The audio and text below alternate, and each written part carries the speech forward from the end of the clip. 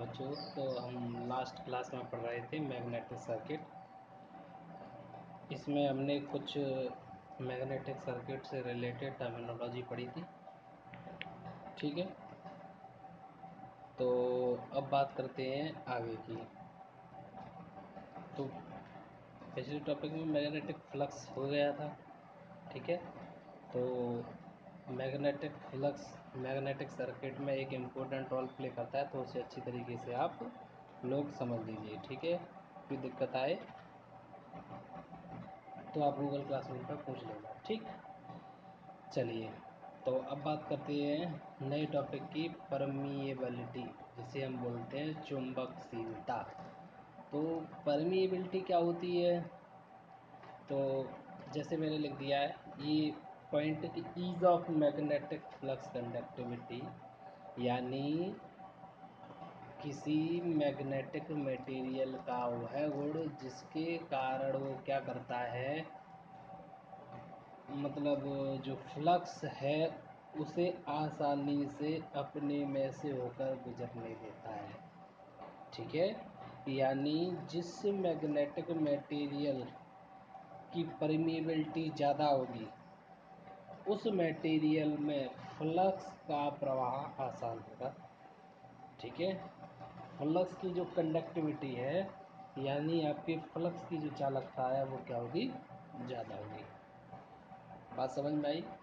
मतलब कहने का ये है कि जो परमिएबिलिटी है वो मैग्नेटिक मटेरियल की प्रॉपर्टी है, जिसके थ्रू वो क्या करता है, अपने से मैग्नेटिक फ्लक्स को फ्लो करने देता है।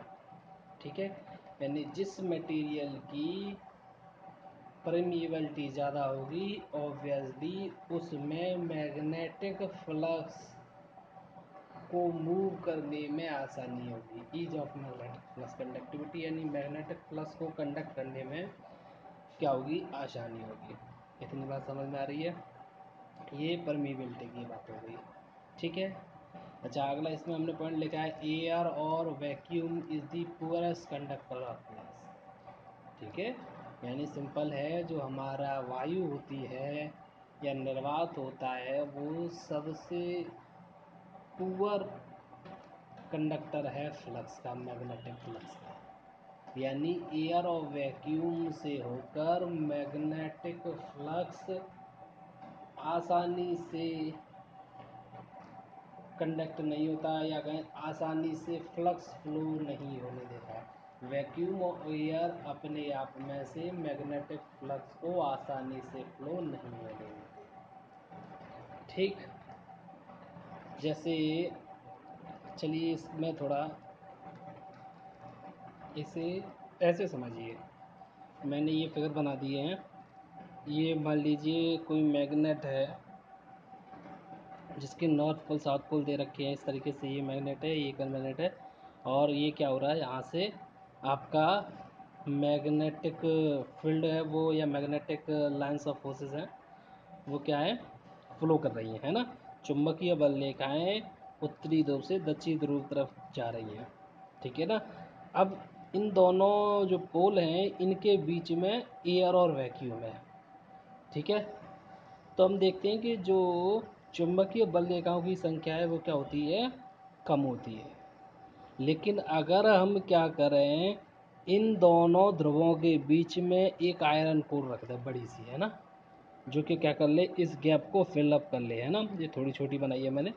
तो हम देखते हैं कि इस आयरन जो कोर है, जो सॉफ्ट आयरन की कोर है, इसको जब हम इन दोनों ध्रुवों के बीच में रख देते हैं तो चुंबकीय बल रेखाओं की संख्या बढ़ जाती है। यानी कहने का मतलब क्या है, ये आसानी से हमें जो क्या बोलते हैं, फ्लक्स है उसे कंडक्ट करना है। फ्लक्स क्या होता है, ऑब्वियसली फ्लक्स क्या होता है, चुंबकीय बल रेखाओं की संख्या ही होती है। ठीक है, तो इससे क्या होता है कि ये फ्लक्स को आसानी से फ्लो करने जाने देता है। ज़्यादा फ्लक्स क्या करता है, फ्लो करता है, जब हम क्या करते हैं, चुंबक के दोनों ध्रुवों के मध्य में क्या करें, कोई भी मटेरियल डाल देते हैं। ठीक है, तो समझ में आया। यानी हम कह सकते हैं कि एयर और वैक्यूम में वो क्या है, पुअरेस्ट कंडक्टर ऑफ फ्लक्स है, यानी सबसे कम फ्लक्स का कंडक्शन किसके किसके थ्रू होता है, वैक्यूम या एयर के थ्रू होता है। ठीक, अब बात करें कि ये it is denoted by mu. ठीक है, यानी जो हमारी चुंबकशीलता है, परमिएबिलिटी है, वो ग्रीक लेटर म्यू के द्वारा डिनोट करी जाती है। ठीक, अब म्यू में भी एक टर्म आता है म्यू नॉट। ठीक है, एक आता है म्यू आर। ठीक है, एक आता है म्यू। तो ये क्या है, इसकी बात करते हैं। ठीक, तो अगर हम बात करें म्यू नॉट की, तो म्यू नॉट क्या है, म्यू नॉट है एक्चुअल या एब्सोल्यूट परमेबिलिटी ऑफ एयर और वैक्यूम, यानी जो हमारी वायु है या निर्वात है उसकी निरपेक्ष चुंबकशीलता। म्यू नॉट क्या है, निर्वात या वायु की निरपेक्ष चुंबकशीलता। ठीक, इसकी वैल्यू कितनी होती है, इसकी वैल्यू होती है 4 पाई 10⁻⁻7 न्यूटन पर एम्पियर स्क्वायर। ठीक, यानी हम ये कह सकते हैं कि निर्वात या वायु की निरपेक्ष चुंबकशीलता 4 पाई इंटू 10⁻⁻7 न्यूटन पर एम्पियर स्क्वायर के बराबर होती है। ठीक, आगे बात करें हम म्यू और म्यू नॉट, ये बात करिए तो म्यू क्या है, किसी भी मटेरियल की परमिएबिलिटी है। म्यू क्या है, कोई भी हमारा पदार्थ है, चुंबकीय पदार्थ, उसकी क्या है, किसी भी पदार्थ की चुंबकशीलता है। ठीक है, वास्तविक या एब्सोल्यूट निरपेक्ष, वास्तविक या निरपेक्ष चुंबकशीलता किसी मटेरियल की को हम किससे डिनोट करते हैं, म्यू से। ठीक है, जबकि म्यू नॉट वायु की होती है। ठीक है, यानी म्यू और म्यू नॉट दोनों ही क्या होती हैं, निरपेक्ष चुंबकशीलता होती हैं। म्यू को हम किसी पदार्थ की चुंबकशीलता कहते हैं, और म्यू नॉट क्या होता है, म्यू नॉट होती है वायु की या निर्वात की निरपेक्ष चुंबकशीलता। ठीक, तो यहाँ से हमें सिंपल है, हमने बताया कि म्यू नॉट ये क्या है, निर्वात की चुंबकशीलता। हमने कहा निर्वात या वायु की चुंबकशीलता क्या होती है, सबसे ज़्यादा कम होती है। ठीक है, ये जो परमिएबिलिटी है, एयर और vacuum have the poorest permeability, यानी परमिएबिलिटी सबसे कम किसकी होती है, वायु या निर्वात की होती है। तो सबसे कम होती है, तो बाकी जितने भी मटेरियल होंगे उनकी सबसे ज़्यादा होगी। इसलिए हम कह सकते हैं कि किसी भी पदार्थ की निरपेक्ष या वास्तविक चुंबकशीलता हमेशा निर्वात से क्या होगी, अधिक होगी। ठीक है, चलिए अब बात करते हैं म्यू आर की। म्यू आर क्या है, रिलेटिव परमिएबिलिटी, मतलब सापेक्ष चुंबकशीलता। अब सापेक्ष है, रिलेटिव है, तो किसके रिलेटिव है, एयर या वैक्यूम की। तो म्यू आर क्या है, relative permeability of material with respect to air और वैक्यूम, है ना। यानी किसी पदार्थ की सापेक्ष चुंबकशीलता किसके सापेक्ष, निर्वात या वायु के सापेक्ष। ठीक, और ये जो आपकी सापेक्ष चुंबकशीलता होती है किसी पदार्थ की, वो किसके बराबर होती है, उस पदार्थ की वास्तविक या निरपेक्ष चुंबकशीलता, एक्चुअल और absolute permeability of the material divided by absolute और एक्चुअल परमिएबिलिटी ऑफ एयर। ठीक है, यानी जो रिलेटिव परमिएबिलिटी होती है वो क्या होती है, पदार्थ की वायु के सापेक्ष चुंबकशीलता, या कहें पदार्थ की वास्तविक या निरपेक्ष चुंबकशीलता तथा वायु अथवा निर्वात की वास्तविक या निरपेक्ष चुंबकशीलता का अनुपात हमारा क्या कहलाता है, सापेक्ष चुंबकशीलता या रिलेटिव परमिएबिलिटी कहलाती है। ठीक, इतनी बात समझ में आई।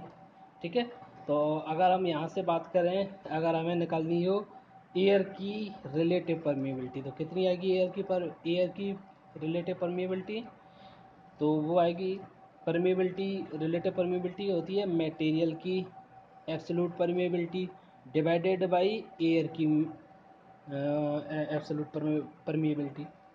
तो अब यहाँ जब एयर की बात करेंगे तो ये एयर की क्या हो जाएगी, म्यू नॉट होती है एब्सोल्यूट परमेबिलिटी, तो म्यू नॉट और नीचे म्यू नॉट होता है ये, तो म्यू नॉट से क्या हो जाएगा, कैंसिल हो जाएगा। यानी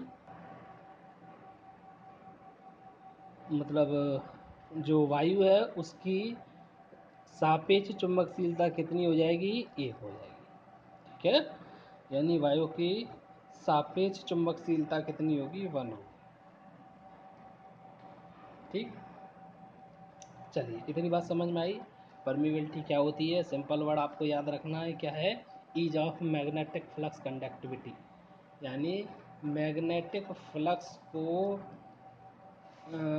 अपने में से कंडक्ट कराने की जो एबिलिटी होती है मटेरियल की, उसे हम बोलते हैं परमिबिलिटी। ठीक है, सबसे ज़्यादा सबसे कम परमिबिलिटी किसकी होती है, तो वो होती है आपकी वायु की। ठीक है, जो कितनी होती है 4 पाई इंटू 10⁻⁻⁷ न्यूटन पर एम्पीयर उसका। ठीक है, और ये क्या होती है, ये होती है निरपेक्ष चुंबकशीलता, वायु की निरपेक्ष चुंबकशीलता। ठीक है, चलिए ठीक, इतनी बात समझ में आई। अब बात करते हैं आगे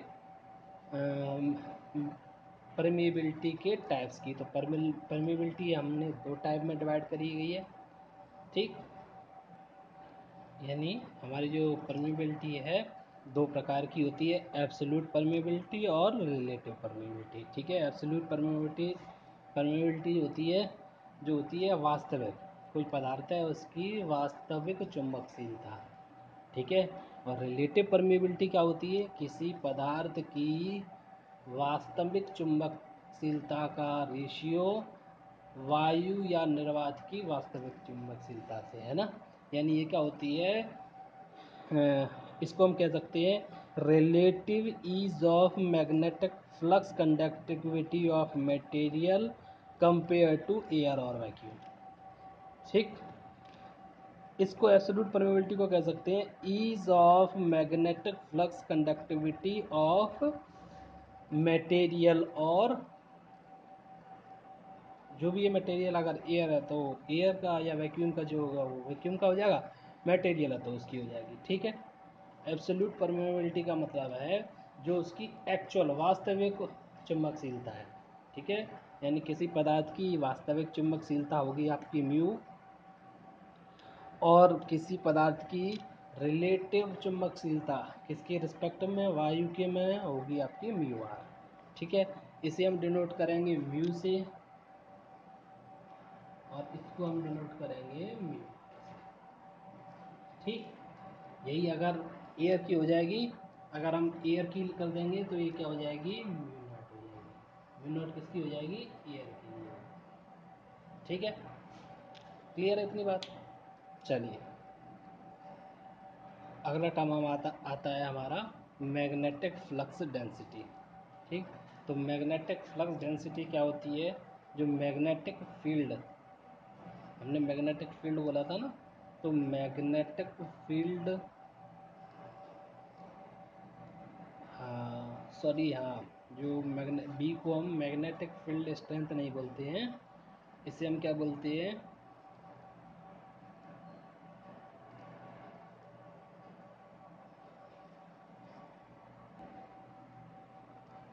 तो क्या बोलते हैं हम, मैग्नेटिक फील्ड स्ट्रेंथ, यानी जो मैग्नेटिक फील्ड है, चुंबकीय क्षेत्र है, उसकी सामर्थ्य, है ना। और दूसरा एक और नाम है इसका magnetic flux density, magnetic flux density यानी चुंबकीय फ्लक्स घनत्व। ठीक है, दूसरा नाम बी का क्या है, चुंबकीय फ्लक्स घनत्व। जो हमारा टर्म रहता है, क्या बोलते हैं, बात करें वो, जो मैंने बोला था मैग्नेटिक फील्ड इंटेंसिटी, तो मैग्नेटिक फील्ड इंटेंसिटी बी को न कह के एच टर्म होता है, जिसका हम आगे बात करेंगे, मैग्नेटिक फील्ड उसे बोलते हैं। ठीक है, तो बी के नाम क्या हैं, बी को हम कहते हैं मैग्नेटिक फील्ड या मैग्नेटिक फील्ड स्ट्रेंथ, और दूसरा नाम है इसका magnetic flux density. Magnetic flux density क्या होती है, तो हम कह सकते हैं मैग्नेटिक फ्लक्स डेंसिटी क्या है कि magnetic flux passing normally per unit area. ठीक है, मैग्नेटिक फ्लक्स डेंसिटी क्या है कि किसी क्षेत्र से जो कि चुंबकीय बल रेखाओं के लंबवत है से जाने वाली चुंबकीय बल रेखाओं की संख्या को हम क्या बोलते हैं, मैग्नेटिक। ठीक, मैग्नेटिक फ्लक्स डेंसिटी समझ में आया, यानी magnetic flux passing normally per unit area को हम क्या बोलते हैं, मैग्नेटिक फ्लक्स डेंसिटी कहते हैं। ठीक, चलिए इस वीडियो में इतना ही रखते हैं। ठीक है, यहाँ से ही हमारा ये टर्म कंप्लीट, अगला अगले में करेंगे। ठीक है, ठीक।